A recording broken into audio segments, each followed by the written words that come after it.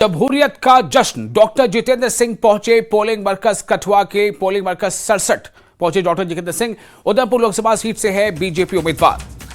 तो इस वक्त आपको बता दें एक अहम खबर, जमहूरियत का जश्न। डॉक्टर जितेंद्र सिंह पहुंचे पोलिंग मरकज कठुआ के पोलिंग मरकज 67, जो पोलिंग बूथ नंबर 67 है, वहां पहुंचे जितेंद्र सिंह। उधमपुर लोकसभा सीट से हैं बीजेपी उम्मीदवार।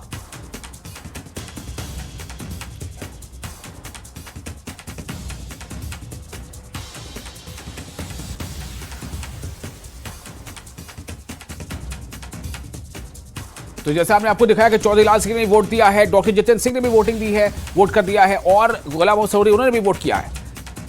डॉक्टर जितेंद्र सिंह 2 बार के सांसद, तीसरी बार फिर चुनावी मैदान में। डॉक्टर जितेंद्र सिंह के बारे में बता दें आपको कि बीजेपी 2011 में इन्होंने जम्मू मेडिकल कॉलेज से इस्तीफा दिया और जम्मू कश्मीर से बीजेपी के मुख्य प्रवक्ता की भूमिका निभाई। 2014 के लोकसभा चुनाव में गुलाम नबी आजाद को हराया। वर्तमान में केंद्रीय राज्य मंत्री, स्वतंत्र प्रभार, विज्ञान और प्रौद्योगिकी मंत्रालय, एक अच्छे लेखक और पत्रकार भी रहे।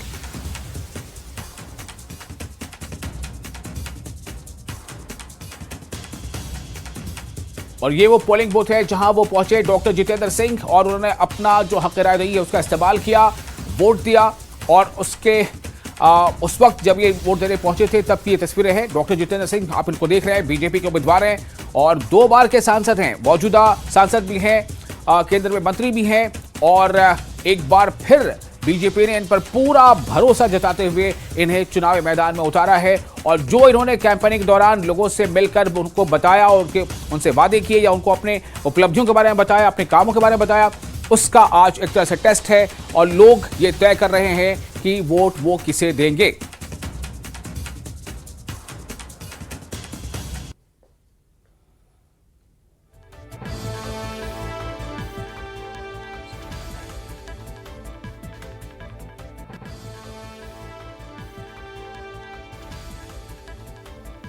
तो जमहूरियत का जश्न जारी है और जम्मू कश्मीर का जो पार्लिमानी हलका है उधमपुर, वहां आज ये वोटिंग हो रही है। उधमपुर पार्लिमानी हलके में, उधमपुर पार्लिमानी हलका उन 102 पार्लिमानी हलकों में से एक है जहां आज देश भर में 21 राज्यों और केंद्र शासित प्रदेशों को मिलाकर 21 आज राज्यों में वोटिंग हो रही है। कुल 102 जगहों पर, उनमें से एक सीट जम्मू कश्मीर की, 5 सीटों में से एक उधमपुर भी है जहां आज इस वक्त वोटिंग का अमल जारी है।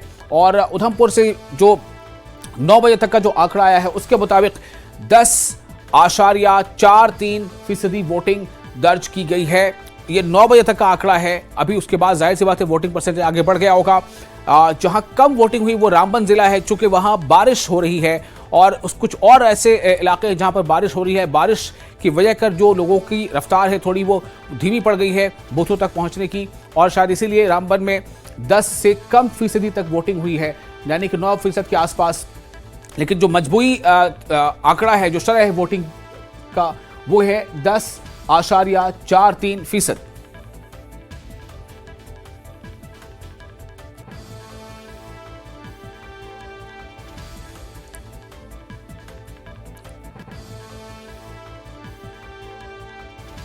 तीन पोलिंग स्टेशन हमारे आसपास हैं और जितने यहाँ पे लोग आज यहाँ पे इकट्ठे हुए हैं, साथ देख के बहुत ही एक अच्छा लग रहा है कि जो पिछले इतने टाइम से हम लोग जो तैयारी कर रहे थे आज मतदान की, और मतदान की तैयारी, स्वीप एक्टिविटी, लोगों को एजुकेट करना वोट डालने के लिए, इलेक्टोरल रोल का प्योरिफिकेशन, और ख़ास तौर से जो पोलिंग बूथ हमने सेटअप किए हैं उसमें आज इतनी भारी भीड़ देखकर एक बहुत ही अच्छा उत्साह लोगों में दिख रहा है और ये बड़ी एक खुशी की बात है।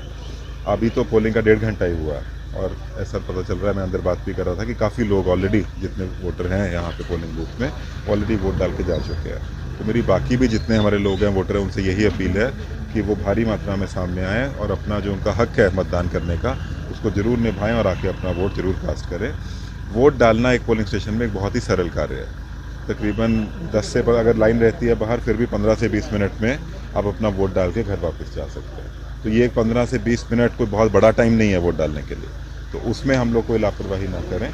हम लोग ज़रूर भारी मात्रा में सामने आए और अपना वोट जरूर डालें। ये आज वोटिंग शुरू हुई है, ये शाम को 6 बजे तक वोटिंग चलेगा। किश्तवाड़ में मौसम खास तौर से ख़राब था, बट वोटिंग कहीं पे इफेक्ट नहीं है। वो हमारा मॉक पोल के बाद पूरे 7 बजे हमारी हर जगह पे जो है वोटिंग चल रही है और सुबह से उसमें कोई दिक्कत नहीं। मैंने देखा वो तस्वीर जो शादी वाले आप बोल रहे हैं, तो ये बहुत सारे आपने यहाँ पे भी देखा, लाइन में बहुत सारे बुजुर्ग लोग भी थे जिनको हम लोग स्पेशल फैसिलिटी देके पहले वोटिंग करा रहे हैं, कुछ लोगों की होम वोटिंग भी कराई है। ये सब प्रेरणा के स्रोत हैं।